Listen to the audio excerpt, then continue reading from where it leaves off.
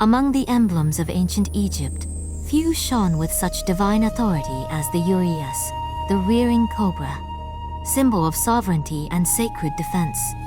Known in ancient Egyptian as Jared, the Risen One, the uraeus first appears in the earliest dynasties, coiling upon the brow of kings. It was not mere ornament, it was Wadjet herself, the serpent goddess of Lower Egypt, whose fiery breath defended the divine ruler.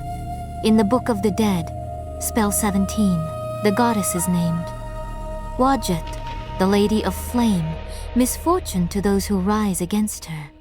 She is the burning fire that guards Ra, the living flame of divine protection. Upon the king's crown, she marked divine legitimacy. Her venom was the fire of the gods, her gaze, the eye of Ra. To bear the uraeus was to be chosen by the sun, to reign under the protection of the eternal flame. Even now in art and stone, the uraeus rises, a reminder that true power is not in the crown, but in the divine force that guards it.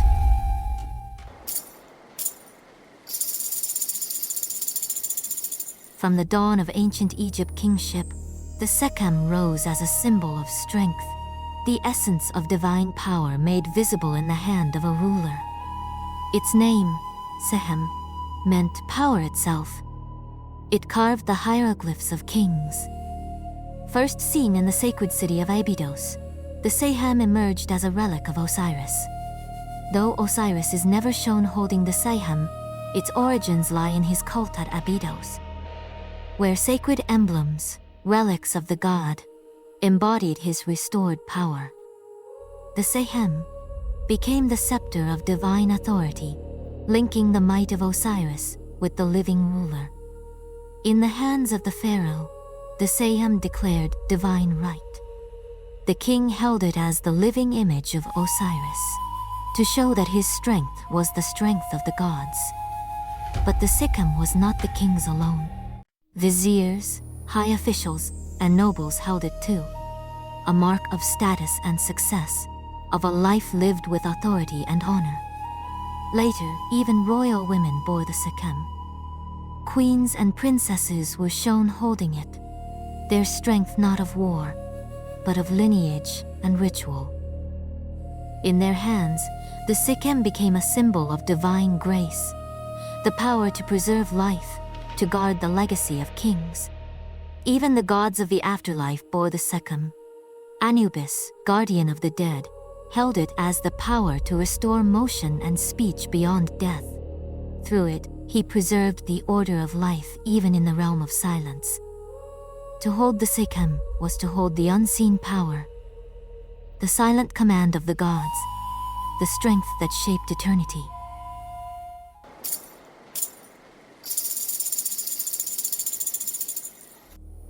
In ancient Egypt, before kings ruled, the gods themselves carried the was, a staff of dominion born from the desert wind and the shadow of Set. It was the line between order and chaos, the rod that shaped the world from silence. The was scepter first appeared in Egypt's earliest dynasties. Its forked base and mysterious head echoed the desert animal of Set, the lord of storms and the wild. Yet it was not chaos itself, but power over chaos, the authority to command it. Gods bore it before kings did. Ta, the creator, shaped the world with it. Anubis held it as guardian of the dead, and Ra raised it each dawn to lift the sky. Through the was scepter, the gods ruled creation and kept the balance of Mahat. In the hands of the pharaoh, the was scepter became the staff of earthly rule, proof that his strength was divine. With it, he maintained the harmony of Mahat and held dominion over both land and afterlife. The was scepter guided souls beyond the horizon. In tombs, it was often carved beside the Jed and the Ankh, or the Tiet, strength, stability, and life eternal. In the hand of Anubis, it commanded speech and motion beyond death. The was scepter endures, a silent sign of dominion, of balance preserved, and of the divine power that still guides the unseen world.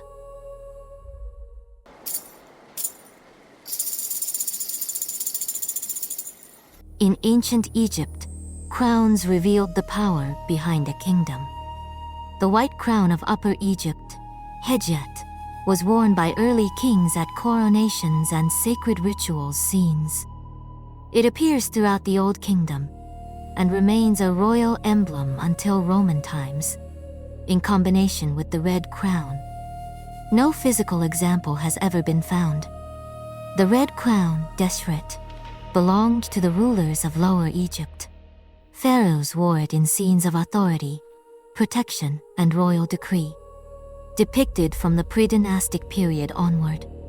Yet no real crown survives. The double crown, Sekhemti, united both lands.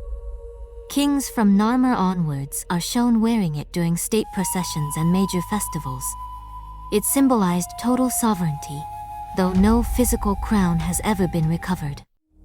The blue crown, Kepresh, became prominent in the New Kingdom. Worn by rulers like Amenhotep III and Ramesses II, in battle scenes, jubilee rites, and ceremonies of victory. Its material form is unknown, as no archaeological example remains. The Nemes headdress appears across all periods, from the Old Kingdom to the Late Period. It was worn in court, during offerings, and on royal statues. The Nemes was made of cloth and worn in life, not buried with the pharaoh. It is believed that is why none have survived. The Etef, originally Osirian, was worn by kings during Hebsed festivals and renewal rites. Appears from the Old Kingdom through the Late Period. No physical Etef crown has ever been found. The Hem-Hem, an elaborate triple-plumed crown, was worn by pharaohs in coronations and processional ceremonies. Favored in the New Kingdom and by Kushite kings. No archaeological example is known. And though their crowns have vanished, the power they carried still echoes across the ages.